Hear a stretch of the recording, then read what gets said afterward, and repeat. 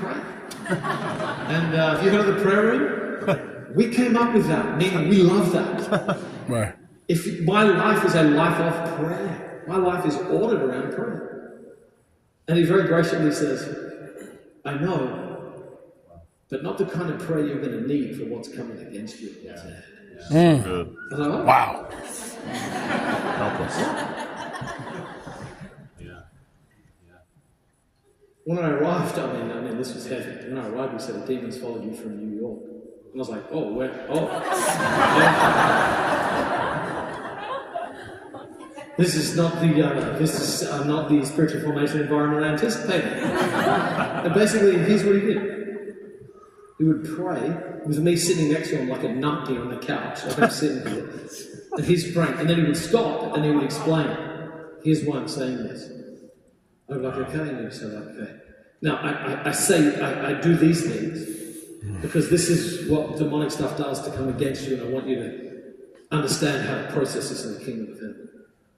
For like 45 minutes, I just did these like really, like a different category of prayer that I've ever encountered. And he said, you're going to need this for what's coming. Nice. And you know what I just said?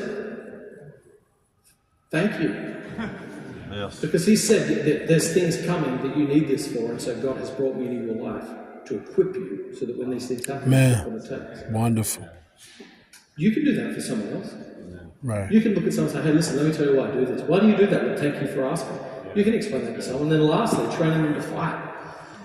Everybody has different proclivities, different idols, different histories, different addictions, different things they wrestle with. And so you can't just, there's general training, and then you've got a specialized training for what someone is. Your thing may not be my thing. Your struggle may not be my struggle. If you project your struggle onto me, you won't help me. But if I can figure out really where your heart is and what you need to go through and what's happening in your life, then I'm going to be able to help you really, really clearly. In fact, this guy said to me, the most important thing I need to do is I have to learn about your soul, and then I can help your soul. But how can I give you general advice if I don't know your story or your soul? Right. And then when he said, I know your story and your soul, let's get into it, like it really helped because it was built on that. So let me just ask you this question again. You're a guide. Just get a piece of paper. Here's the 4 Greek ideas of what it means to equip someone. Jot down a few thoughts. Ask the Holy Spirit to help you. Put someone at the center of your love and time, and then see if God doesn't help them a whole lot because of you. Here's the question. Who are you pouring into?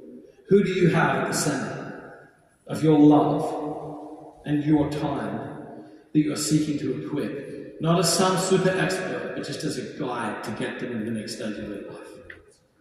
Do you guys have access to a piece of paper? Yeah.